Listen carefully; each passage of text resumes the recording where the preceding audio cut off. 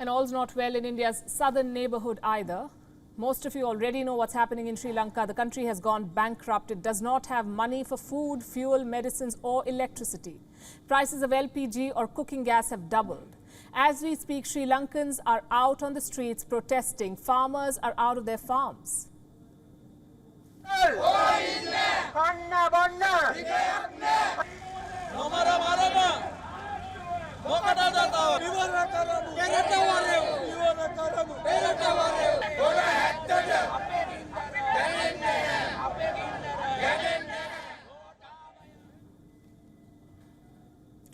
This group is protesting outside President Gotabaya Rajapaksa's office. They say, we will keep going.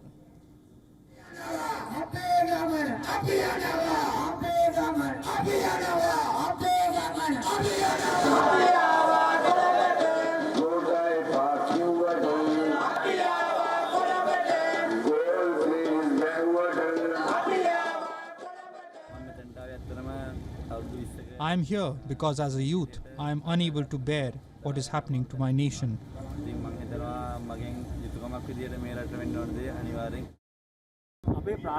Our primary problem is the economic crisis. The president's resignation is a secondary problem. But until the president resigns, we will not be able to solve our primary problem. The voices are clear, their demands clearer. How exactly are Lankan authorities reacting to them? Well, they're brazening it out. The Rajapaksa brothers will not resign.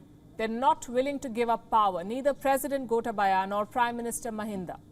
The Prime Minister's office has released a letter. It says Mahinda Rajapaksa is not stepping down. The opposition and voters of Sri Lanka want accountability, but Mahinda Rajapaksa claims the voters are on his side. He says he enjoys the support of the voters and the voted as in the parliamentarians.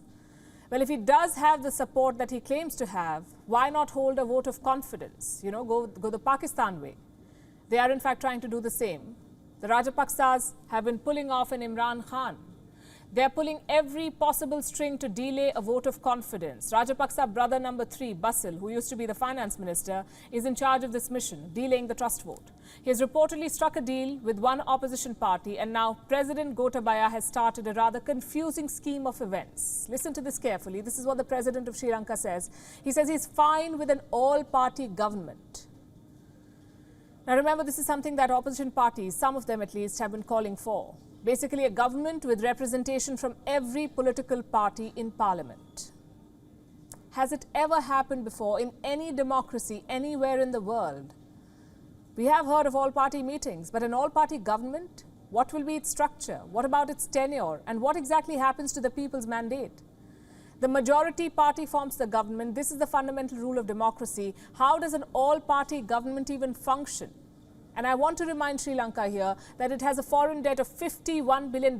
Its people have been pushed into an unprecedented crisis. What Colombo needs right now is a clear plan of action. It needs clarity, not a political clash or policy chaos. What Sri Lanka desperately needs right now is cash, at least $4 billion to start with. That's the cost of tiding over the immediate crisis. Sri Lanka has reached out to the IMF, the International Monetary Fund. The two sides have held negotiations in Washington, D.C. Colombo is expected to get anything between $300 to $600 million soon. Money is also expected to come in from the World Bank. So this is a respite for Colombo, a much needed one.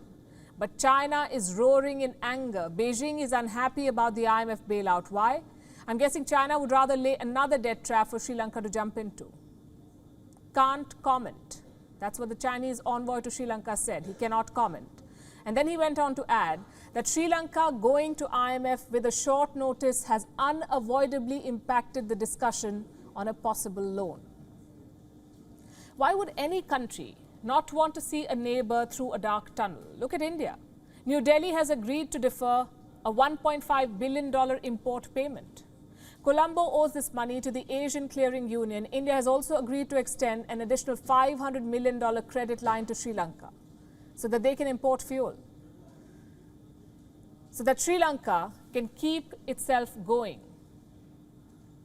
But India, or for that matter, the IMF and the World Bank can only do so much. They say even God helps those who help themselves, and Sri Lanka will not be able to help itself until it comes out of China's vice-like grip and gets a government that does not run the country like a personal fiefdom. WION is now available in your country. Download the app now and get all the news on the move.